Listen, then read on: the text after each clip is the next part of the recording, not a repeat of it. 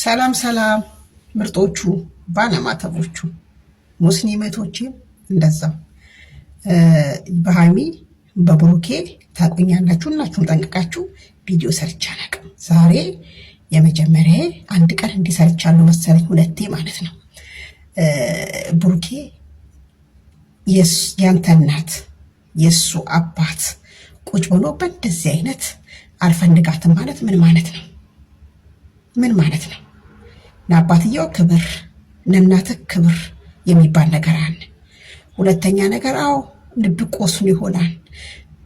ሴት ነኝና በሴትነቴ ማንኛችንም ሴት ነኝና በሴትነት እያፈቀርኩክ እየወደድኩክ ብዙ መስዋዕትነት እየተከፈለ በአንተ መስዋዕትነት እየከፈልኩክ አንድ ሴት አግዣለሁ ብላ ብትመጣ ማንኛችንም የምንል ይሄ የሴት ባህሪ ነው። ትክክል ነው። ትክክለኛ ነገር ነው። ይሄ እንዴ ትክክለኛ ነገር ነው። ማንኛውም ሴት እንዴ እኔ ወደፊት ባሌ የወደፊት የትዳር አጋር የልጆች አባት ብዬ እንደዚህ አይነት ነገር ቢፈጠር ከማለት ወደ ኋላ አለንም። እቺ ልጅ እውነቷን ነው እንዴ ተንበርከካ ምን ችግር አለ ብትንበረከክ? ተነሽ እንኳን አላልከኝም እንዴ ለምን ትልሃለች? ተንበርከክ እንዴ ተንበርከክ። ሰው አገር ጥሶ የትናይት አገር ጥሶ ፍቅረኛው ፍለጋ ሄደን እንዴ ምን አንተ መንበርከክ ምን ነው? ይሄን አካበርክ። በቃ ቆዳችሁ እንደባብ ትለውጣላችሁ።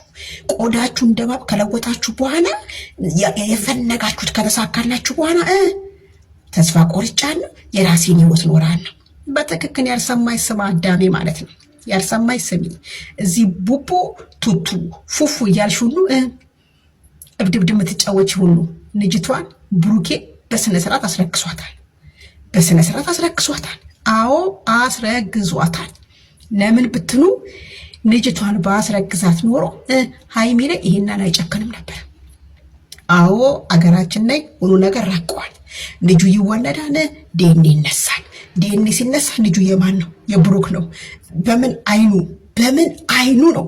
በሙሉ አይኑ ሞልቶ ሃይሚን የሚያያት። ስለዚህ ገና ካሆነ መሸሽን ያለበት። ይሸሻል። ልጁ በትክክል የራሱ ነው እንዴ። ልጁ የራሱ ባትሆን እቺ ልጅ እንዴት ትጋፈጥ ነበር እንዴ? ትጋፈጥ ነበር? እስቲ ንገሩኝ። አጠጥታም ቢሆን አስከራም ቢሆን በምንም ቢሆን ሴት ልጅና ወንድ ልጅ አንድ ክላስ ውስጥ ከተገናኙ ክብሪትና ጭድ ናቸው፣ እሳትና ጭድ ናቸው።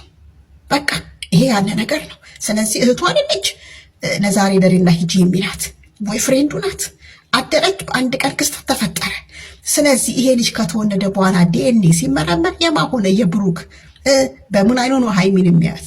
በምን አይኑ ነው ተመልካችን የሚያየው? እስቲ ንገሩኝ። ሃይሚ ቻሌንጅ ተሰጥቷታል። የረመዳን ይሁን ለፋሲካ ይሁን የኔ ቢጤዎችን ለማብላት እሱን ቻሌንጅ ሁላችንም ፎሎ እያደረግን ቤቷን በ3 በ4 በ5 ሞባይል ያናችሁ ሁሉ ፎሎ እያደረጋችሁ ሃይሚዬን ወደፊት። ሃይሚ ፍቅር በልመና አይሆንም ብለሻል። ፍቅር በልመና አይሆንም። በፍጹም ፍቅር በልመና አይሆንም። አንቺም ስታፈቅሪም እሱም ሲያፈቅርሽ እናንተ በጣም ተናናቃችሁ፣ በጣም ወረዳችሁ። እሱም አንቺን አያከብርሽም፣ አንቺም እሱም አታከብሪው።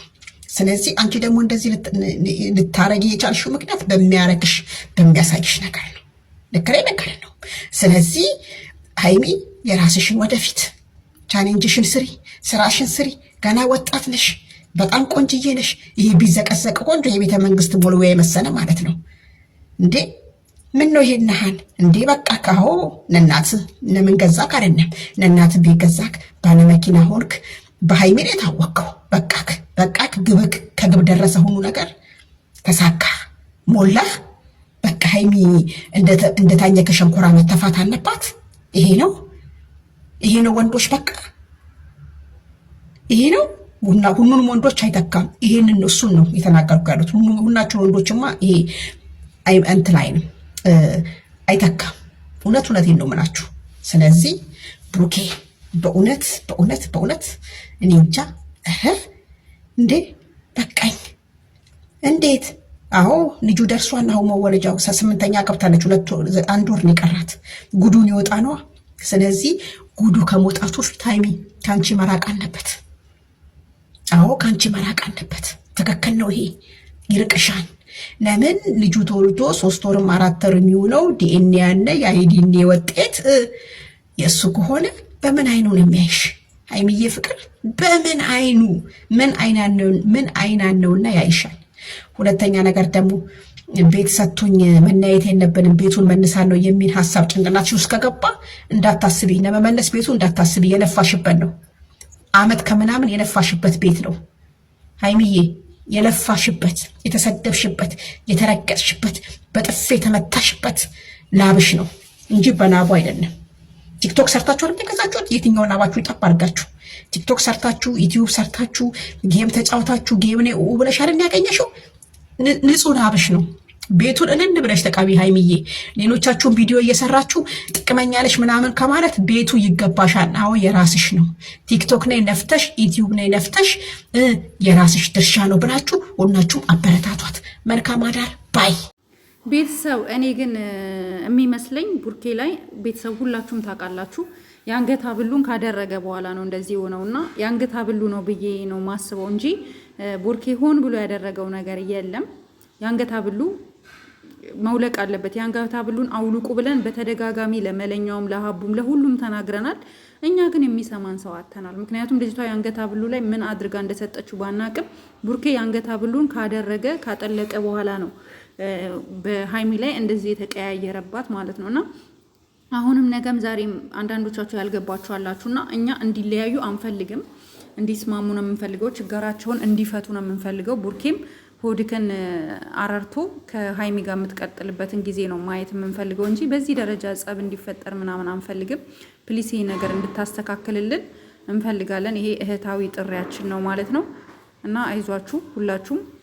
ይሄ የሀብሉ ነገር ግን አስቡበት። ሁላችሁም ሜንሽን አርጉ ለሁሉም